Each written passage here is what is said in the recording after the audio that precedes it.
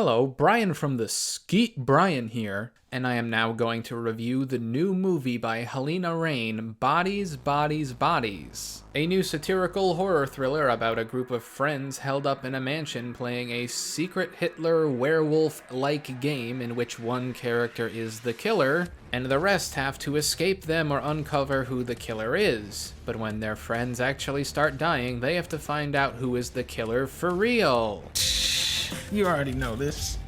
Among Us! Taking a psychological party game like this, with the already kind of cinematic hooks of suspense and mystery built into it and putting it on a non-simulated, deadly scale, it's like Rain's more legitimate attempt at Blumhouse's Truth or Dare. Rain way more effectively shows how this game translates into a vision for storytelling. There is so much self-awareness the plot will subvert how capable these characters are of compellingly accusing each other when something is actually at stake, but solely as like a baseline of tone and comedy. It doesn't telegraph too much in terms of plot, which is a good thing seeing as the plot, the actual mystery, is engaging. This is owed in no small part to some fantastic characterization in the film's front end.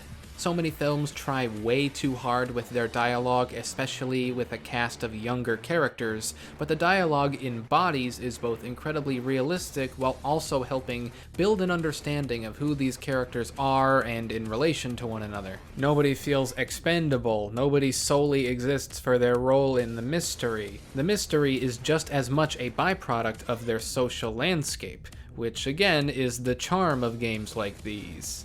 The first act kind of feels like it's doing some housekeeping for horror tropes, as we're given realistic excuses for their cell phones not working or why they can't just leave. When it comes to these devices, the camera tends to linger on something to imply, hey, this'll come into play later, which is the closest to like blatantly distracting exposition Bodies gets. But as for characters helping inform circumstance, by the time the plot is dependent on their actions, or more specifically their mistakes, it is wholly convincing these characters would make them. The cast of Bodies are all incredibly flawed characters who aren't very smart, but that's part of the joke. And in spite of how many unlikable qualities the characters may embody, they are no less watchable and well performed. They're somewhere nicely in between wanting to see them die and hoping they don't so the actor gets to perform longer. This is the kind of movie Eli Roth would make if Eli Roth were smart. Although for horror fans, I would curb any expectations for elaborate kills or overt pulpy slasher movie elements to appear here. Bodies is mostly performance-driven. Certain actors are given more to do, like Rachel Sennett, who is hilarious in her role as she far and away is the one most detached from reality in this, a complete slave to her impulses. Maria Bakalova is good as the closest thing to like a pure natured character in this. Lee Pace's performance is kind of brilliant, I think. He's just so perfect as the smiley, unassuming, but kind of creepy guy your friend met on Tinder who's decades older than them. And even actors who I don't want to spoil embody an unexpected amount of self-righteousness once you provoke them. What's ultimately so enjoyable about Bodies is the stress of the situation gradually unraveling this clearly tenuous group of friends. Their paranoia is made all the more palatable because every character believably has their own agenda to survive regardless of who the killer is. In the midst of seeming collaboration, the group is still out for themselves, and we see aspects of themselves they were compromising or vocalizing resentment that was keeping the group dynamic alive by remaining unspoken. Just personally, I love movies about friend groups or relationships held together by the mutual lack of everyone admitting all sides actually hate each other. As movies like Bodies often do, the script effectively guides who you're meant to assume the killer is at any given moment, red herrings notwithstanding, but gradually gets more ambiguous as to who's plausibly responsible.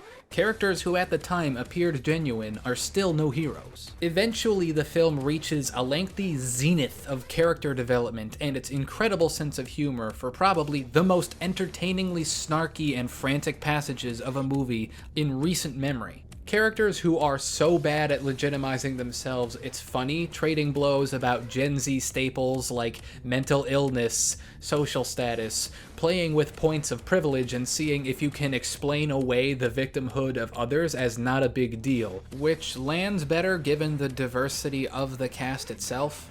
And despite how that might sound, it's criticizing their self-aggrandizing TikTok-ass interpretations of the buzzwords rather than, like, trying to cram in as many as possible to be relevant, or making fun of these characters for having these personal issues. The screenplay comes across like it's written by someone on the side that gives these issues credit the way younger generations tend to, but has legitimate reservations about people misrepresenting them for personal gain. Rather than, like, a boomer dismissing it all, like, your generation can't start a lawnmower, lib status smashed. As far as presentation goes, it's fairly standard and low scale, but a couple aspects definitely stand out. The lighting in this film is incredibly creative and takes advantage of the various devices each character will use to light up these blacked out rooms. Characters are staged and framed in such a way where there's just enough light to emote through the darkness. Maria Bakalova was memorably the best at this. Being set in a mansion before and then during a blackout gives Rain the chance to initially show off how open and huge it is, but then take that away and replace those feelings with disorientation and claustrophobia in the dark. Certain rooms and hallways individually will be recognizable when lit up by glow sticks and phone flashlights, but the layout of the mansion on the whole is difficult to keep track of by design. Sometimes the lighting can be a little, I don't know, A24 neon core, like the slightest bit, so if neon lights trigger you into thinking a movie's pretentious, maybe skip this one. And I'll say for all of the movie's storytelling strengths, the ending is slightly anticlimactic.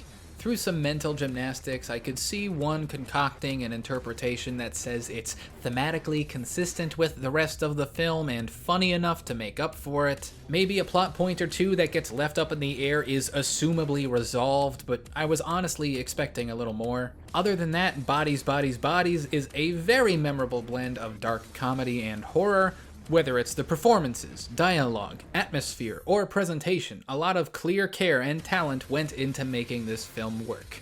I had a great time, and I'd give it a charitable 8 out of 10.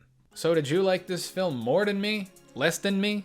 Well, if you care to, please tell me. And as always, if you like not only words, but the way I arrange and then say them, please consider giving this video a like and subscribing to me, Brian from the channel Brian.